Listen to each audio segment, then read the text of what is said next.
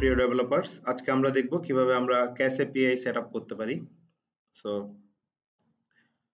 Cash API আমরা যখন cash API select করব, সো আমরা কনফিগারেশনে যদি যাই, সো এখানে আমরা দেখতে পাবো আমাদের এখানে আহ, কয়েকটা ফিল্ড আছে। সো আমরা প্রথমে যেটা দেখবো অ্যালাউ কোয়েরি ব্যালেন্স রিকোয়েস্ট, এটা আমরা আসলে ডেপ্রিকেটেড করে দিয়েছি, আমরা কারো ব্যালেন্স কোয়েরি করার অপশনটা রাখিনি।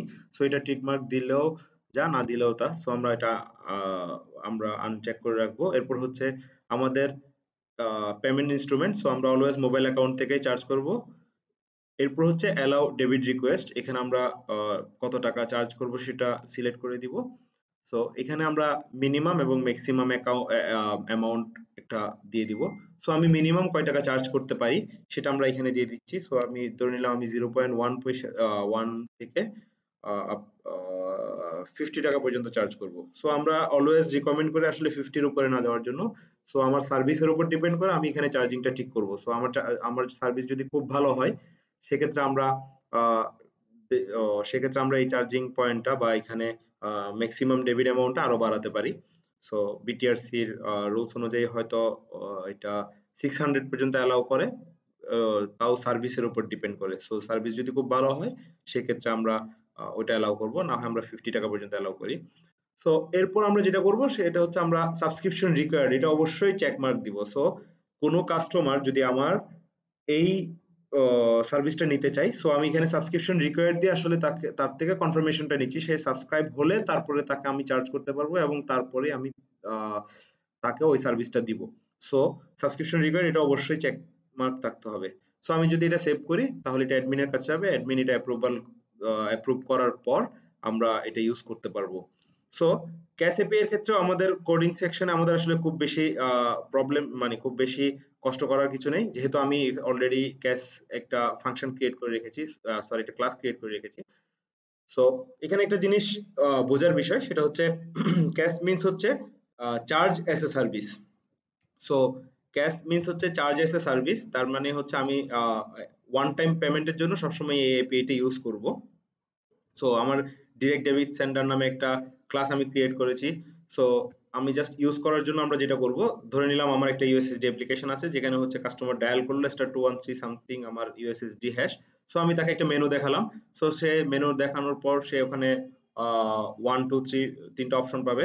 সো আমি জাস্ট এখানে অপশনটা ইউজ করব। সো সে যদি সে যদি ওয়ান রিপ্লাই করে তাহলে আমি তাকে চার্জ করব। সো এই ক্ষেত্রে আমরা যেটা করি সেটা হচ্ছে প্রথমে আমরা একটা ইউআরএল অ্যাড করে নিব ক্যাশ সার্ভিসের জন্য যে ইউআরএলটা আছে। সো এটা আমরা অলরেডি অ্যাড করে দিয়েছি। সো এরপর হচ্ছে আমি একটা অ্যাপ্লিকেশন একটা অবজেক্ট ক্রিয়েট করব। সো ডিরেক্ট ডেবিট সেন্টারে একটা অবজেক্ট ক্রিয়েট করলাম।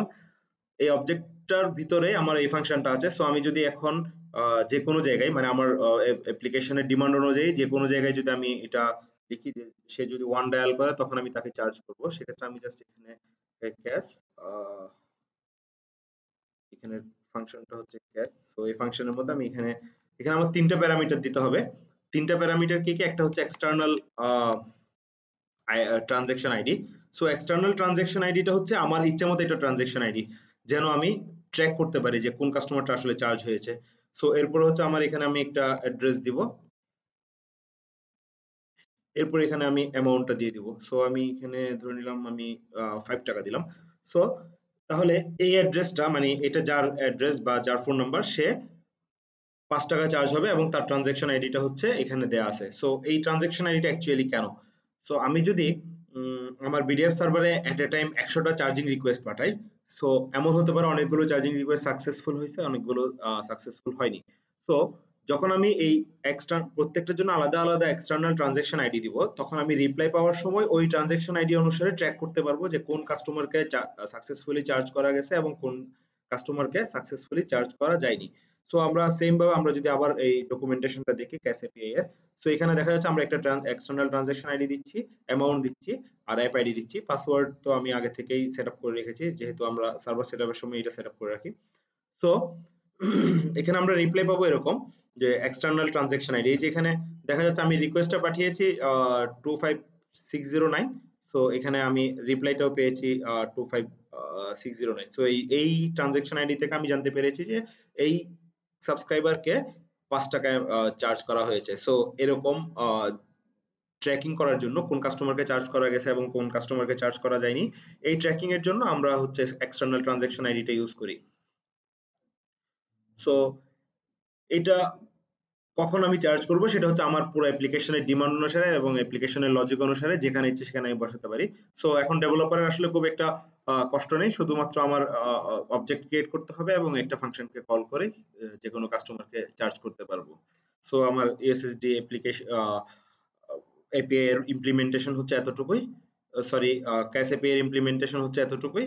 সো এর ভিতরে কারো যদি কোনো কোয়েশ্চেন থাকে কোড রিলেটেড, সো নিচে কমেন্ট করবেন। Thank you.